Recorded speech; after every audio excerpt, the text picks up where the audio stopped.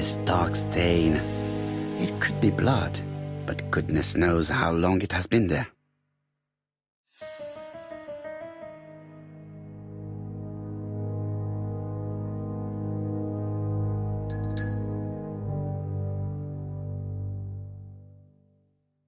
Laudanum Cameron's Chemists. Laudanum, a medicine for coughs. It is what Dr. Clark prescribed for Mrs. Asher. This subject will probably be useful to me.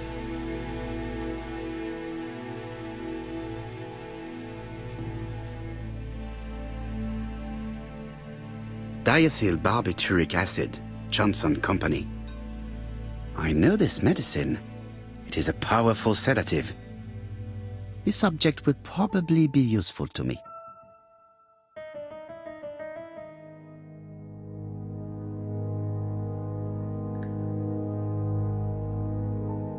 Trousers, white shirts. Everything has been washed very well. The Bexhill Daily Paper, dated from the day of the Bexhill murder. Most probably the basting dress repaired by Mrs. Marbury's expert hands. All the main articles referring to the ABC case are here, from the Churston murder onwards. Nothing before that date.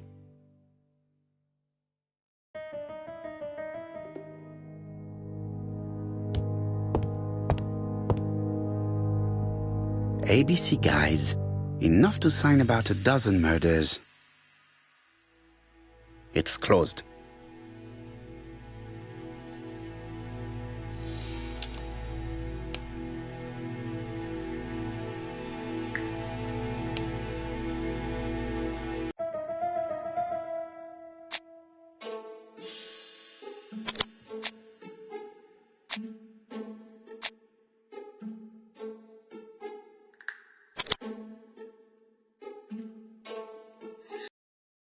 The register shows that Cust did not sleep at the guest house on the day of the murder.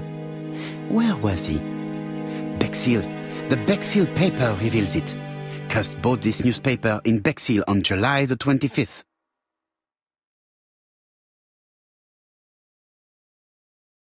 How hopeful. This place is a real mess.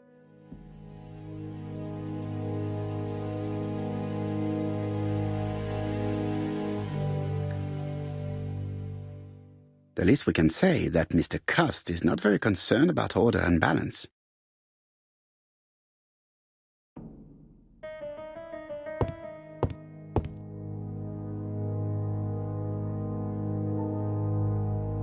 War of 1914-1918.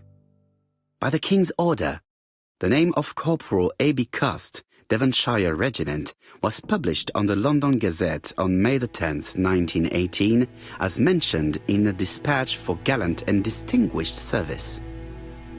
An army dispatch, wounded on the Somme front, victim of a gas attack, Corporal Cust greatly deserves his distinction.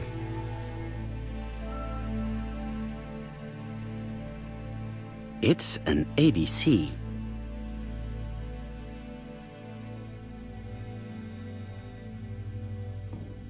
A long-bladed knife. A murderer's weapon. This subject will probably be useful to me. Cust is parsimonious. He keeps his pencils and sharpens them until there is nothing left. It is clear that he did not grow up in luxury. Did Cust drop it when he opened the window? Or was it Mrs. Marbury while she was cleaning? John Milligan, Managing Director, Silky Legs, Frederick Street, Leicester. To A.B. Cust, Marbury's Guest House, 1935, May the 21st. Dear Sir, further to our letters dated 5th and 10th of the month, we confirm we are you as door-to-door salesman, according to the conditions stated in our previous letters. We will send you the articles by mail and also a Redfield typewriter you will be using for every business letter. Regarding the schedule of your rounds, please do as following. June 21, Andover. Arrive by train the 20th in the evening and get a room at Station Hotel. Start your turn in the north part of the town. This letter establishes that Cust went to Andover, but the ink has hidden the destinations of his other trips. I know from Mrs. Marbury that he went to Churston. I just have to show that he went to Bexhill, and I will have proved that he was present at all the crime scenes.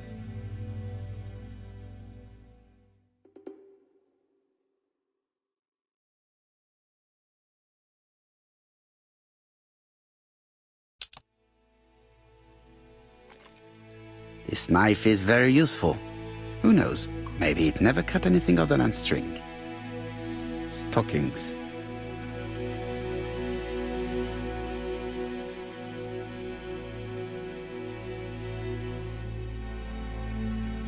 I have to get the ribbon. How am I going to do it?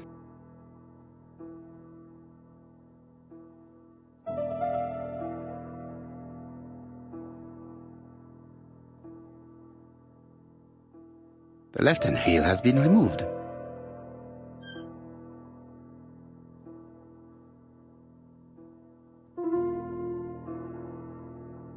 The right-hand heel has been removed.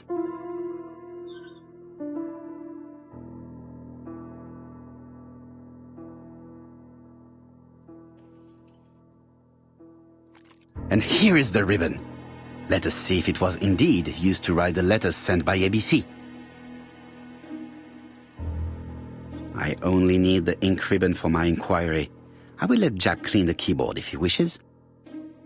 All the letters announcing the murders were written on Cust's typewriter. No use continuing the inspection of this room. I've seen all there is to see.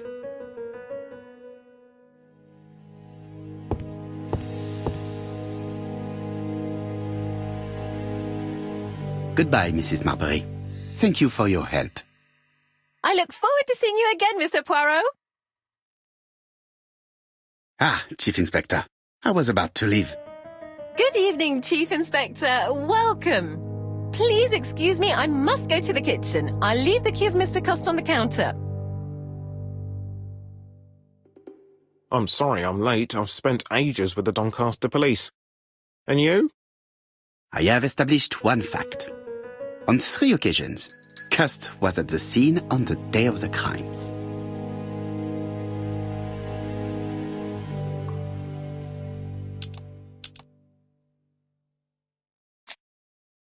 I've listened closely to what you have to say, Poirot. For me, there's no doubt Cust is guilty. Do you have any element that might prove the contrary? That is what we're going to look for.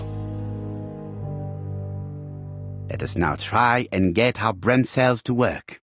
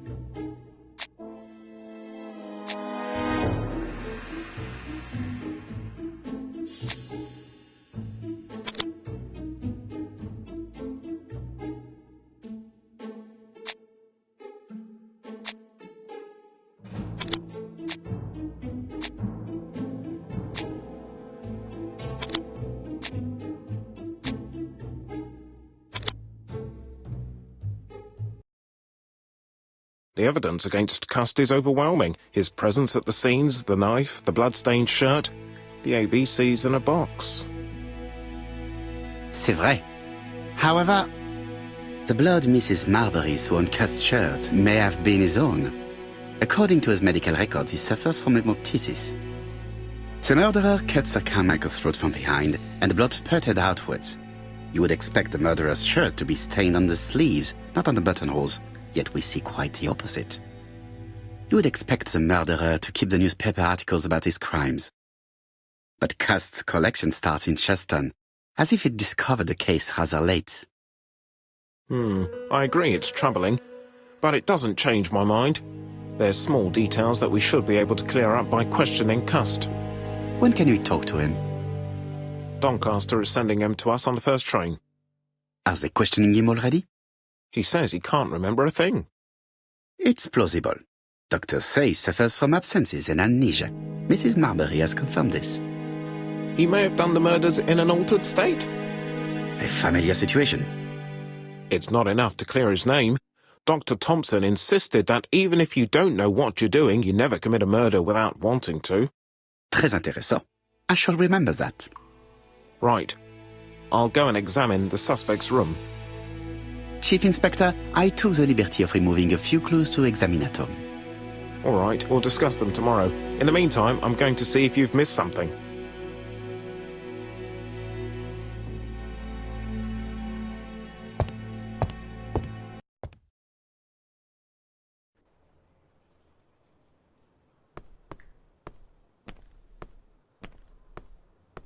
To Scotland Yard, please.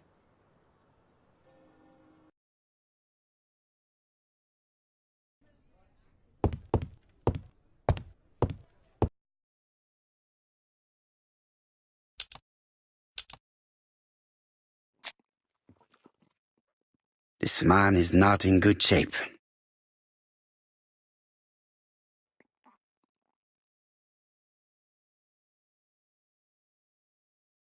He is worried and very tired, and other police have been hard on him.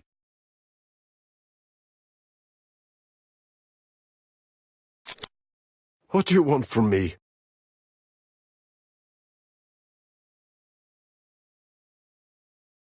Are you Alexander Bonaparte Cust? So? You find my name ridiculous, is that it? Huh? I am Hercule Poirot, and I want nothing other than the truth. Ah, you're the detective. Yes, I am the person you have been sending the letters to. I didn't write these letters. I've already said so. Très bien. You did not hide these letters.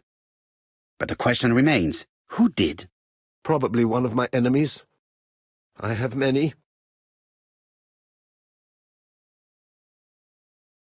I do not believe that you are capable of murder, Mr. Cust. I hope not.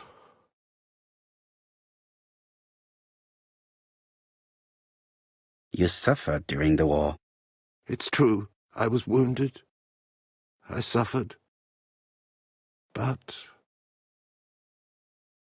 the army was the only place I didn't feel inferior. No questions. Just orders to follow. But ever since you were wounded, you have absences, bouts of amnesia. And headaches. Professor Clark treated you. Yes, a few years ago he really helped me with my burned throat.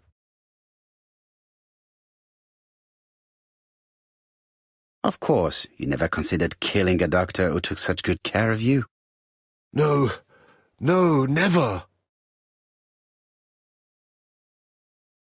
Do you deny being at the scene of the crimes? So? There was no harm in being there. It was only for my work. You were seen at all the crime scenes. Yes, I was. I travel a lot, but not for pleasure. I am terribly unwell in trains. But I had to respect my engagements. My employer gave me very precise written instructions about the towns I had to visit. Let's see. The company you claim to work for, Silky Legs, has never heard of you.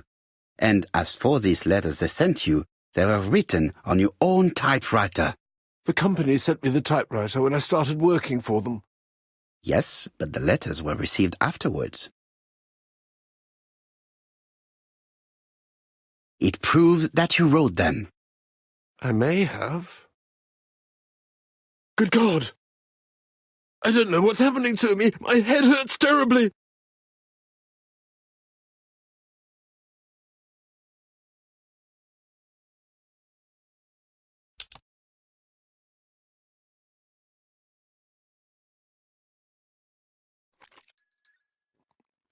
Take this.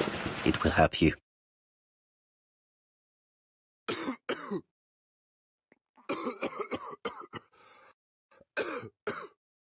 Oh, I think I'll be fine. Let us see, Cust. Look at me. You know very well that you committed these murders? Yes, I know. But I'm not wrong in saying that you do not know why you committed them. No, I don't.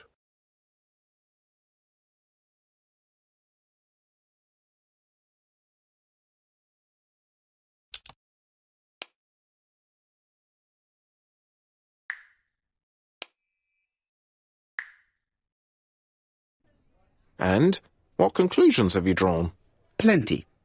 It might help us to understand him a little better. Let us now try and get our brain cells to work.